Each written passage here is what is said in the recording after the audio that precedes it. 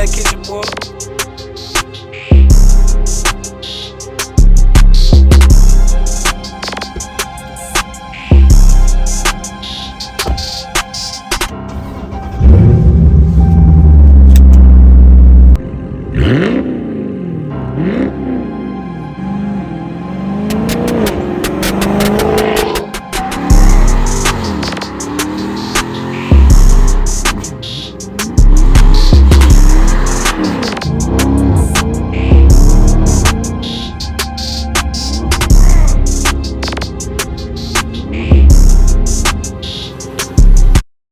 What's up, YouTube? I'm back at it with another video, and today we need to discuss, are these Mopars too dangerous to own nowadays?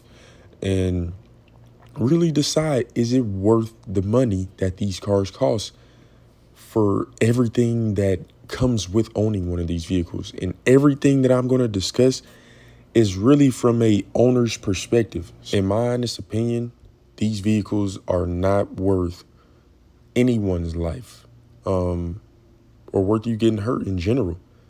It's just a car and it can be replaced. But these types of vehicles put you in situations that you don't want to be in, but by default, by having one of these, at any given time, something can happen.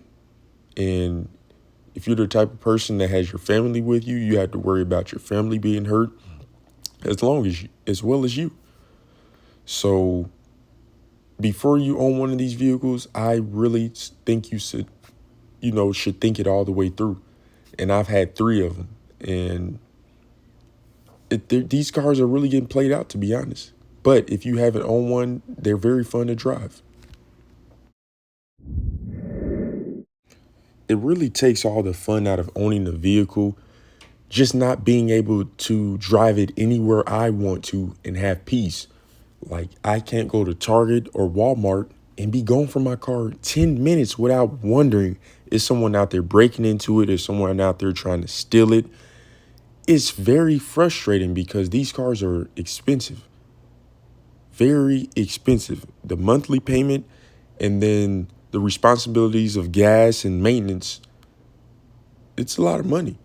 And for me to want to have fun, wake up on any day and have fun and drive it anywhere I want to, nighttime or daytime, no matter what part of town you're in, you have to be cautious and babysit this car 24/7.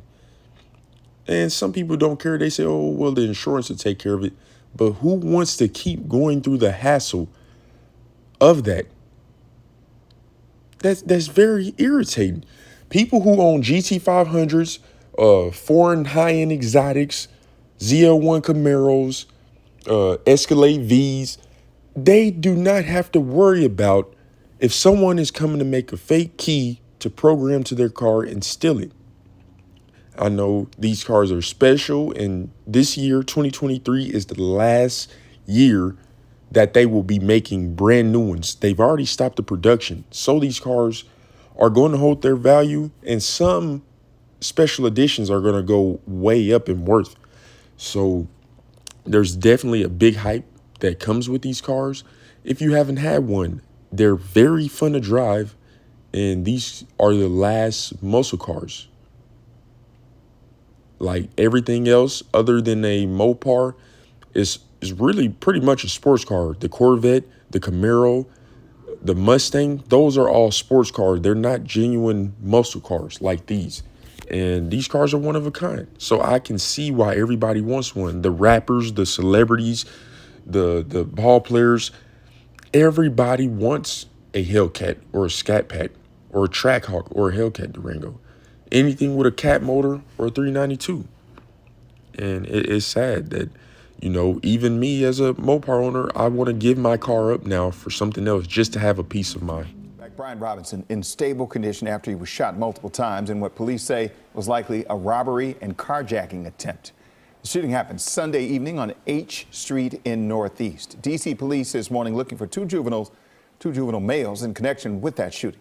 Commanders coach Ron Rivera visited Robinson at the hospital and tweeted this about his recovery, quote, "That last clip I showed y'all, that was an NFL player that they tried to rob for his Hellcat, and he ended up getting shot. So that just lets you know it doesn't matter who you are, what walk of life you come from, what skin color, what gender. If you have this car, you're all in the same boat. So it's just something to keep in mind. And what's irritating to me, a lot of people talk about debadging their Hellcats and Scat Packs for this reason, just so it's like a mystery thing, like you really don't know what I have. But in my opinion, my personal opinion, when a person buys this car, they buy it for that 392 on the side or that big cat on the side. That's what it's for. That's like, why would I buy a Lambo just to take the bull off the front? Just to take Lamborghini off the back? Are you gonna buy a Ferrari and take the horses off of it? No. So those are all the cons to having this vehicle. And if it's not properly secure, it will be gone. It's just a matter of time. How long is it gonna take, or you being at the wrong place at the right time, or the right, you know, somebody. It's always somebody watching. Countless times, I'm way down the block, and here comes somebody hitting my phone, talking about, "Oh, I just seen you," and I didn't even see them nowhere in sight. And I'm always on point. And it's like every time you drive this vehicle, you can't just relax like you're in a Maybach or a Tesla Plaid or something, just sitting back, riding. No, you have to worry, and you have to at least think like, okay, I'm watching my mirrors, I'm watching everything, not paranoid, but I'm still on point. I got the blicky, the stick on me, everything. And you just have to be careful, pray to God that nothing ever happens. I mean, and ultimately, I plan to probably get rid of mine. Uh, I do like the ZL1 and I like the Z06 Vet. So we'll have to just see what I end up going with. I still love Hellcats. I always wanted a Hellcat ever since 2017.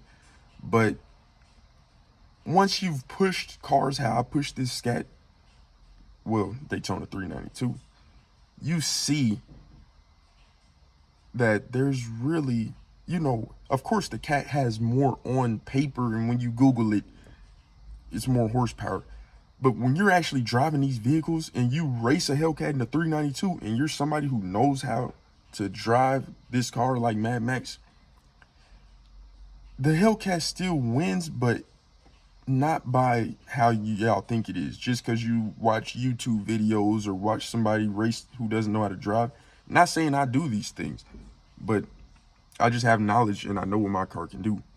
But the only reason I would like to own a Hellcat is, one, because they're going out of production, never going to be made again in this, in my life, ever. And also, I want to hear that whine, and I want a supercharger.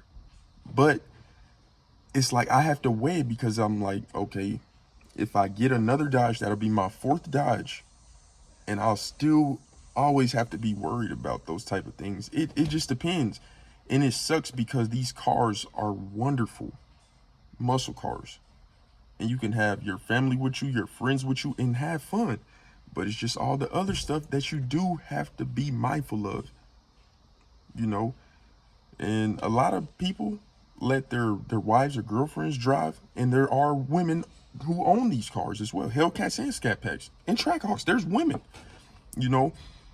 and as if you're a woman driving this, be very careful and just always watch your surroundings, because the people who are coming to steal these cars, it takes it up times 10 just because they see, oh, it's a woman driving. We have an easy lick. We can just take this from her just because she's a woman.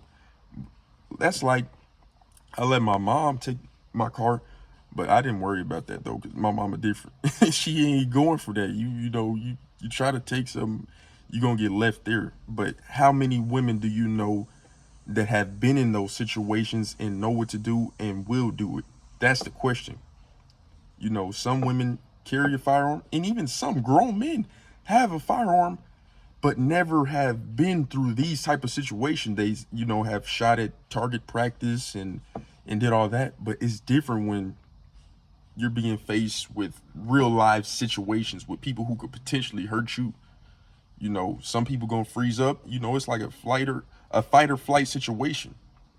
You know, so value all these things. Subscribe, hit that like button, hit that notification bell. I have more content coming. I'm out.